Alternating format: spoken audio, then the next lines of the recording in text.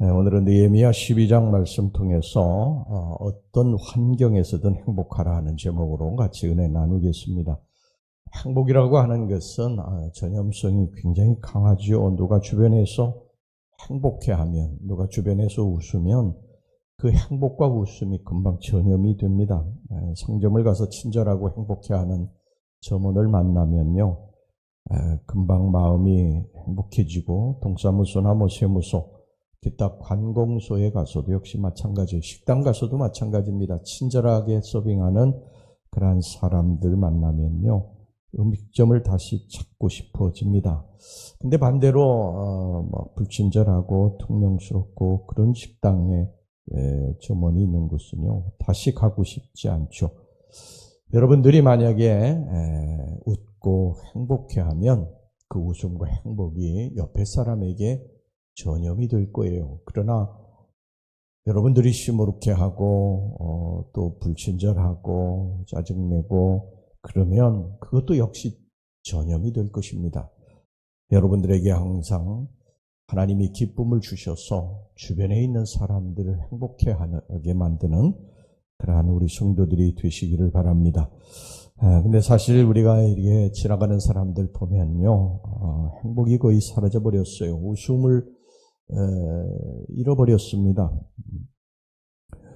그들 모두가 다 시무룩한 얼굴을 하고 있음을 발견하게 되는데, 물론 그 사정이 이해되기는 합니다. 우리의 사회적이고 또 경제적인 상황이 행복을 허락지 않습니다. 치솟는 물가, 또 치열한 경쟁, 미래에 대한 불안, 범죄율 증가, 세상적인 또 사회적인 지도자들의 부정부패, 이런 것들을 바라보면요, 우리 얼굴에서 행복이 사라지게 되고 웃음이 사라지고 짜증이 나고 그렇습니다.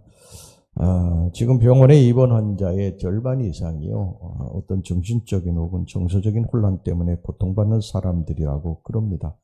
지금 우리 사회대가 자살률로 인해서 굉장히 크게 걱정을 하고 있어요. 자살이 이제는 사망 원인의 다수를 차지하고 있습니다. 여기에 덧붙여서 이혼율이 점점 확산되고 사교육의 심각성, 또 정치적인 갈등, 국제적인 분쟁, 이 모든 것이 우리에게서 웃음을 빼앗아가고 있습니다. 그런데 하나님이 이런 상황을 모르시는 것이 아니에요. 우리들에게 지금 처한 상황, 환경, 정말 어떻게 보면 웃음과 행복을 빼앗아갈 만한 그런 여러 가지 요인들이 있는 것을 모르시는 것이 아니에요. 그런데도 불구하고 하나님 우리들에게 기뻐하라고 말씀하시고 행복해하라고 말씀하시고 웃으라고 말씀하십니다.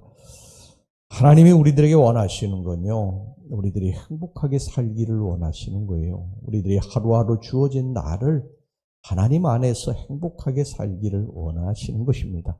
여러분, 우리의 짧은 인생인데 어떻게 보면요, 이 짧은 인생을 매일매일 우울해하고 짜증내고 힘들어하고 고통을 당하고 그렇게 살면요, 우리가 행복해할 시간이 얼마나 있겠습니까? 세상이 우리들에게 행복을 이렇게 주는 것들이 얼마나 많이 있겠어요.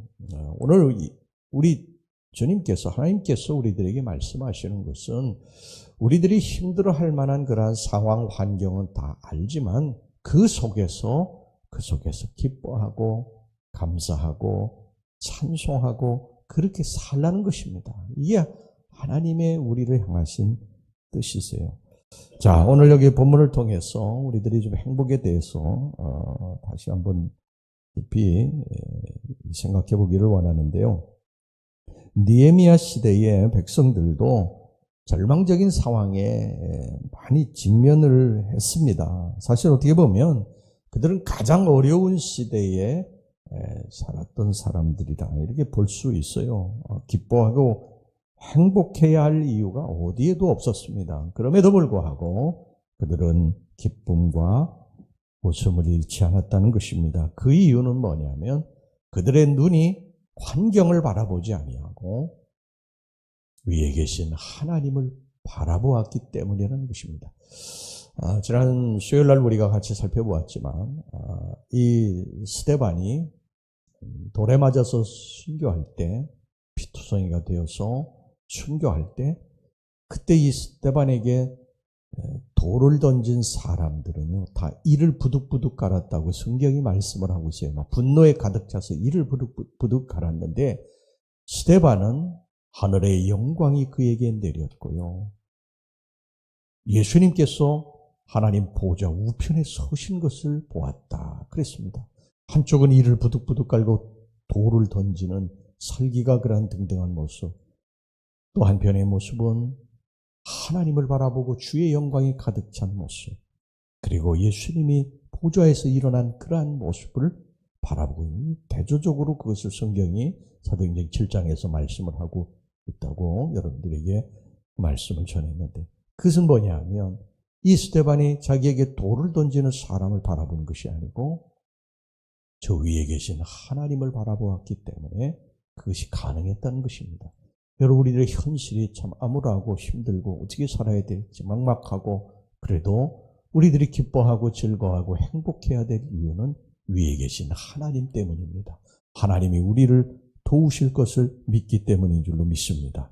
자, 오늘 느헤미야 12장 27절 보면요, 성벽을 봉헌하기 위해서 백성들이 모여 있었습니다. 성벽 봉헌은 느헤미야 12장 27절에 47절의 중심 주제입니다. 그런데 우리는 거기서 그 이상의 진리를 발견하죠. 그 백성들은 더불어 즐거워했습니다. 그들은 먼 길을 떠나왔고 그들의 집을 짓기 위해서 목재를 구걸할 정도로 그렇게 형편이 좋지 않았지만 그들은 진정으로 즐거워하고 행복했어요.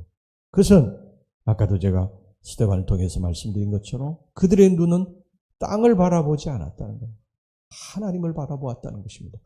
언젠가 나를 도우실 그 하나님, 나를 행복하게 해주실 하나님, 그 하나님을 바라보고 찬송하고 감사했다는 것입니다. 자, 오늘 본문의 27절, 28절 말씀 보겠습니다. 예루살렘 성벽을 봉헌하게 되니 각처에서 레위 사람들을 찾아 예루살렘으로 데려다가 감사하며 노래하며 제금을 치며 비파와 수금을 타며 즐거이 봉헌식을 행하려 하며 이에 노래하는 자들이 예루살렘 사방들과 느도바 사람의 마을에서 모여들고. 여러분, 우리가 지금 처한 환경을 바라보고 있으면요, 답답하고 짜증이 날 수도 있어요. 불평과 원망이 나올 수도 있어요. 그럴 때 우리가 눈을 들어 하나님을 바라볼 수 있기를 바랍니다. 우리 인생을 도우시는 하나님이 거기 계십니다. 그분은 시편 43편 5절에서 이렇게 말씀하셨어요. 내 영혼아, 네가 어찌하여 낙심하며 어찌하여 내 속에서 불안해하는가? 너는 하나님께 소망을 두라. 그가 나타나 도우심으로 말미암아 내 하나님을 여전히 찬송하리로다. 그분께 우리들의 눈을 고정하자. 땅을 내려다보면 답답하고 막막하고 그렇지만 눈을 들어서 하나님을 바라보자.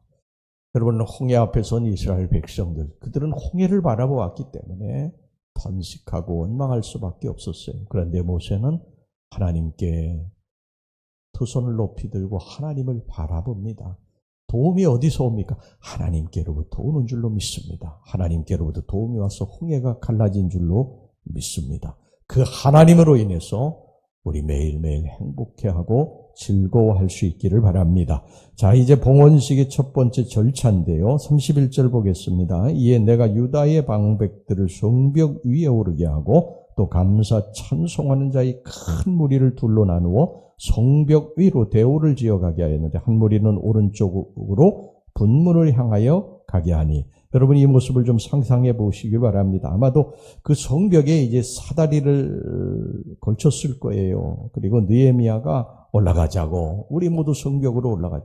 그들이 그 힘겹게 지은 성벽 아닙니까? 그 엄청난 방해 공작에도 불구하고 이 성벽을 지었어요. 그리고 이제 하나님 앞에 봉헌하는 것입니다. 사람들이 12명씩 떼를 지어 올라갔어요, 사다리로. 그리고 첫 번째 큰 찬양대가 느헤미야의 오른편에서 그 도시의 맨 끝에 있던 분문을 향하여 성위를 밟아 걸어갔습니다. 그리고 38절을 이렇게 말해주고 있어요. 감사 찬송하는 다른 무리는 왼쪽으로 행진하는데 내가 백성의 절반과 더불어 그 뒤를 따라 성벽 위로 가서 화덕 망대 윗길로 성벽 넓은 곳에 이르고, 에스라는 첫 번째 찬양대에 끼어 있었고 느헤미야는 두 번째 찬양대와 연결되어 있었습니다. 그러니까 에스라와 느헤미야는 각각 성의 반대편에 마주 서 있는 셈이었습니다. 수백 명의 찬양대원들, 각종의 악기들이 동원되었고 모든 백성들은 즐거워하고 즐거워했다고 말씀하고 있어요. 43절 보겠습니다. 이날에 무리가 큰 제사를 드리고 심히 즐거워하였으니 이는 하나님이 크게 즐거워하게 하셨습니다. 부녀와 어린아이도 즐거워하였으므로 예루살렘이 즐거워하는 소리가 멀리 들렸느니라. 모두가 흥분의 도가니였고 하나님으로 인한 성벽의 역사에 크게 즐거워했습니다. 여러분, 사탄은요, 우리들에게 행복을 빼앗아가려고 합니다. 기쁨을 빼앗아가려고 해요. 늘 우리들이 우중충하고 우울해하고 힘들게 고통스럽게 하루하루를 견디는 것, 그냥 마지못해 살게 만드는 게 사탄입니다. 여러분, 우리 기쁨을 빼앗기지 맙시다. 할렐루야. 하나님이 주시는 기쁨, 하루하루 하나님이 도우실 것이라고 하는 이 소망, 이것을 가지고 이 사탄의 기쁨을 빼앗기면 안 됩니다. 사탄은요, 곧잘 환경을 통해서 우리를 제압하려고 해요. 낙심하게 하고 침울하게 하고 우리로 하여금 우울한 삶을 살게 합니다. 환경에 눌려가지고 기쁨을 빼앗기고 찬송을 빼앗기고 감사를 빼앗기고 그래서 기도하지 못하게 하고, 그러나 여러분 기억하시기 바랍니다. 하나님은 살아계신 분이신 줄로 믿습니다. 하나님은 전능하신 분이십니다. 그 하나님이 우리를 사랑하심을 믿습니다. 그러므로 우리는 즐거워하고 기뻐해야 됩니다. 어떤 환경에서도 기뻐하고 즐거워하는 것을 선택해야 된다. 여러분, 바울과 실라가 빌보 감옥에 갇혔지 않습니까? 채찍에 맞고 발은 착고에 치워져가지고 그 깊은 감옥에 내던져지지 않았어요? 어떻게 보면 힘들고 고통스러운 상황이에요. 주의 일을 했는데 자기에게 돌아오는 것은 이런 고통과 아픔, 이런 일이 자기에게 돌아온 것입니다. 그러나 그들이 선택한 것은 뭐냐? 한밤중에 일어나 하나님을 찬양하고 기도했다는 것입니다. 우리들이 선택해야 될 것이 그것입니다. 우리들의 환경은 힘들고 어렵지만 그 속에서 찬양과 기도로 나가는 것입니다. 여러분, 그럴 때 우리들의 삶에 바울과 실라가 하나님 앞에 찬양과 이 감사와 기도를 올릴 때에 이 빌립보 감옥문이 열려지고 발의 착고가 풀어진 것처럼 우리들의 삶에 기적 같은 역사가 일어나게 될 줄로 믿습니다. 할렐루야. 우리가 하나님을 믿지 않습니까? 하나님을 믿지 않습니까? 하나님 믿는 사람들은 뭔가 세상 사람들하고는 달라야 되지 않겠어요? 물론 환경은, 나에게 닥친 그러한 어떤 고통스러운 이런 상황은 뭐 다 똑같지만, 그러나 우리는 그 속에 선택하는 게 뭐냐? 감사와 기도로 선택하고 나아가는 것입니다. 하나님이 주어진 이 날수 그저 감사하고 기뻐하자. 하나님이 잘되게 해주실 거야. 하나님이 도와주실 거야. 이렇게 믿고 우리들이 나아가는 것입니다. 이 믿음이 세상을 이기게 하는 줄로 믿습니다. 할렐루야. 기도하겠습니다. 하나님 아버지, 어떤 환경이 우리들에게 닥치던 하나님이 살아계시네, 하나님이 나를 사랑하심을 믿기에 내가 그 속에서 감사하고 찬양합니다. 기도합니다. 오늘 느헤미야 시대에 그 어렵고 힘든 상황 가운데 성벽을 건축하고 하나님 앞에 봉헌하며 찬양한 것처럼 우리가 어떤 상황이든 하나님 찬양하고 잘 될 것을 믿고 감사하며 나아가게 하여 주시옵소서. 예수님의 이름으로 기도하옵나이다. 아멘.